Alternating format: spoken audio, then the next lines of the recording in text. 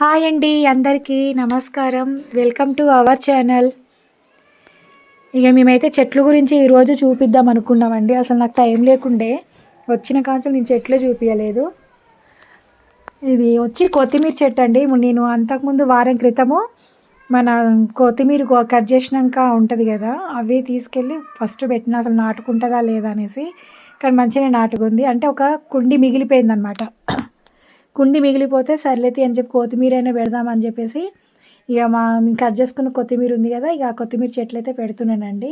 కానీ మొలకైతే వచ్చింది, అమ్మ సక్సెస్ అయిందని చెప్పేసి ఇక నేనేం చేసిన, ఇక కొత్తిమీర మొత్తం చుట్టూ తిప్పి చుట్టూ పెడదామని చెప్పేసి ఇక వచ్చి పెడుతున్నాను అనమాట. కానీ సబ్స్క్రైబ్ చేయండి, లైక్ చేయండి, షేర్ చేయండి. ఓకేనా ఫ్రెండ్స్? లైక్ అయితే మర్చిపోకండి, లైక్ అయితే చేయండి. ఈ చెట్లు అయితే మంచిగా పెరుగుతాయండి. మనము ఏం చేయాలంటే మనం కట్ చేసినాక కొంచెం ఉంటుంది కదా మనది కొత్తిమీర, అది చెట్లలో పెడితే మంచిగా నాటుకుంటుందండి. కొందరేమో ధనియాలు కూడా వేస్తారు. ఈ ధనియాలు కూడా చాలా లేట్ అవుతుంది కదా అని చెప్పేసి నేను ఇట్లా కొత్తిమీరని కొంచెం సగానికి కొంచెం కట్ చేసి పెట్టినండి. ఇక నాకైతే చెట్ల పిచ్చి తెలుసు కదా, నాకు చెట్ల పిచ్చి బాగుందనేసి ఇగో ఇక్కడికి వచ్చినాక, అంటే మా వాళ్ళందరూ అక్కడ మేము ఇంటిగా ఉన్నప్పుడైతే చెట్లు, మాకు ఒక స్టాండ్ ఉందన్నమాట, చెట్లు పెట్టుకునే స్టాండ్.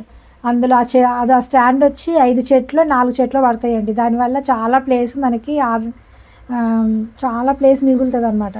ఇక్కడికి వచ్చినాక నేను ఏం చేసిన, స్టాండ్ ఇక మళ్ళీ వానకి ఎండకు తడితే ఖరాబ్ అవుతుంది అని చెప్పేసి ఇంట్లో పెట్టేసి మొత్తం గోడ మీద పెట్టినండి. కానీ మంచినే మొత్తం సరిపోయింది అనమాట. ఎంత లాంగ్ ఉందో అసలు, ఇన్ని చెట్లు చూసిన వాళ్ళతో మా ఆటో నిండిపోయింది అనమాట. మా ఆయన అంటున్నారంట, మా ఇన్ని చెట్లు ఎప్పుడు పెట్టింది అనేసి. ఎందుకంటే స్టాండ్లో పెట్టడం వల్ల చాలా ప్లేస్ మిగిలిపోతుంది అనమాట. ఇక అక్కడ పోయినాక మాత్రం మొత్తం కుండీలు కూడా మంచి కలర్స్ వేసి మంచి నీట్గా పెడతాను మన డబల్ బెడ్రూమ్ కాడ. ఓకేనా ఫ్రెండ్స్? లైక్ అయితే చేయండి. నాకైతే చెట్ల పిచ్చి బాగుంది. నాకు మా పిల్లలు పుట్టే ముందు నుంచి కూడా ఉండే, కానీ నాకు మా పిల్లలు నేను ఏదైనా చెట్టు పెట్టంగానే తీసేస్తుండే. అందువల్ల ఇక ఇంట్రెస్ట్ అనేది అప్పుడు తీసేసినాయి. ఇక ఇప్పుడైతే మంచిగా ఇక కుండీలు, మా ఆయన అయితే కుండీలు పట్టుకొస్తే ఇక వాటిలో బాగానే వేస్తున్నానండి. మట్టి కూడా నాకు చాలా మాకు తెలిసిన కాడ అడిగి తీసుకొచ్చి కవర్లో తీసుకొని వచ్చిన.